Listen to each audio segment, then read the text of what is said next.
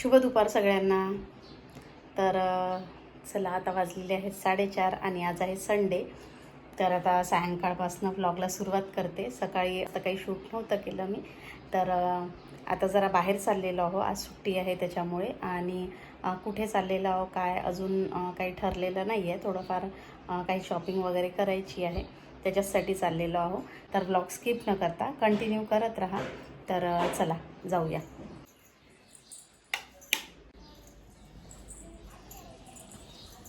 अपेक्षा आणि हो, मी हा ड्रेस घातलेला आहे, त्या दिवशी घेतलेला। चला, तर आज शॉपिंगला जायचं आहे, परत अजून कुठे जाणार आहे तर ते सगळं बघण्यासाठी व्हिडिओ स्किप न करता संपूर्ण बघा। त्याचबरोबर तुम्हाला जर माझे व्लॉग आवडत असेल तर प्लीज लाईक करत चला, त्याचबरोबर कमेंटही करा। आणि जर चॅनलवरती जर कोणी नवीन असेल तर त्यांनी आपल्या चॅनलला सबस्क्राईब करून घ्या। तर आज संडे आहे आणि थोडीफार शॉपिंग करायची होती अपेक्षासाठी आम्हाला, त्याच्यासाठी आम्ही चाललेलो होतो आता बाहेर। तर कुठे जायचं, आधी बर्डीला की महालला असं थोडं सुरू होतं, तर मग शेवटी आम्ही महाललाच आलेलो होतो। तसं तर नेहमीच मी अपेक्षासाठी कपडे सहसा वाडीतनंच घेत असते। कधी कधी क्वचितच मी इकडनं वगैरे घेते तिच्यासाठी कपडे। तर आज महालला आलेलो होतो। महाल तसं आमच्याकडनं खूप लांब पडतं वाडीपासनं। बर्डी जवळ आहे, म्हणजे बर्डी साधारण 10 किलोमीटर वगैरे असेल, मात्र महाल साधारण 15 किलोमीटर वगैरे पडत असेल।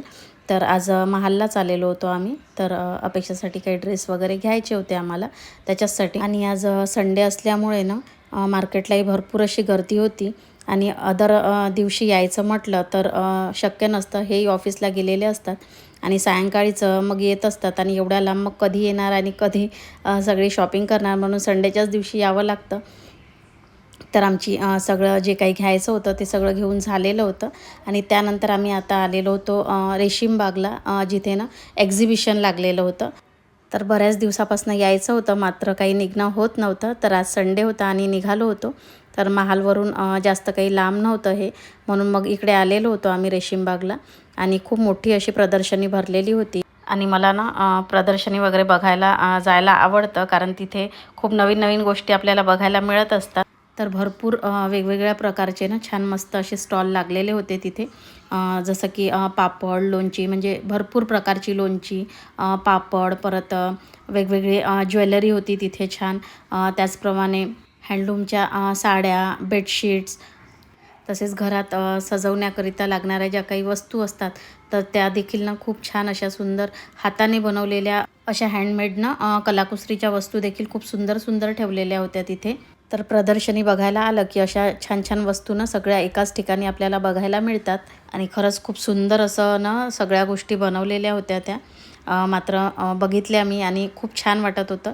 मात्र मी एकही वस्तू इथनं काहीच परचेस केलेली नाही आहे, कारण माझ्याकडे जसं की शोची रॅक किंवा असं काही ठेवण्याकरिता नाही आहे, त्याच्यामुळे मी सहसा शोच्या कोणत्याच वस्तू वगैरे परचेस करत नाही।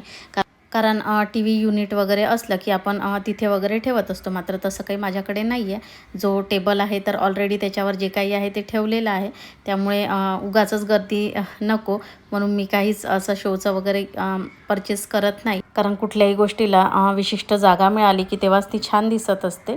तर त्यानंतर आम्ही इकडे फूड स्टॉलला आलेलो होतो। तर इथे देखील व्हेज आणि नॉनव्हेजमध्ये भरपूर प्रकार होते, आणि नॉनव्हेजमध्ये स्पेशल भरपूर ऑप्शन होते तिथे।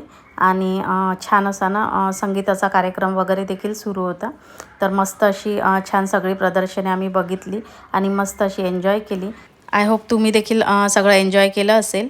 तर असा होता आजचा सगळा व्लॉग। तर इथेच व्लॉगचा एंड करते, भेटूया नेक्स्ट व्लॉगमध्ये। तोपर्यंत बाय बाय।